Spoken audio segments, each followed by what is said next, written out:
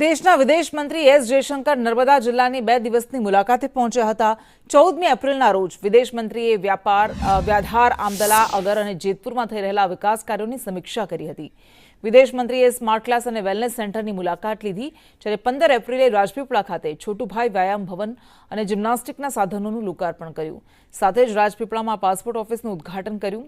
તેમણે દત્તક લીધેલા ગામમાં લાચરસની પણ મુલાકાત લીધી હતી અને ત્યાં તેમણે સ્માર્ટ ક્લાસનું લોકાર્પણ કર્યું। શિક્ષકો સાથે ચર્ચા કરી। લાચરસ ગામમાં આવેલ રામ મંદિરમાં વિદેશ મંત્રીએ પૂજન કર્યું હતું।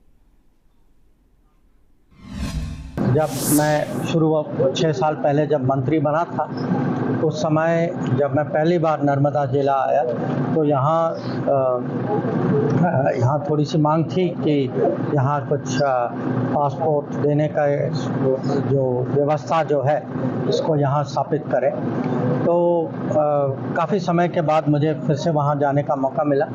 तो वहाँ ठीक चल रहा है। दिन में वो कह रहे थे कि करीब 30-40 अपॉइंटमेंट होते हैं। तो यहाँ पब्लिक की सुविधा जो है पासपोर्ट के विषय में कम से कम तो बढ़ गई है।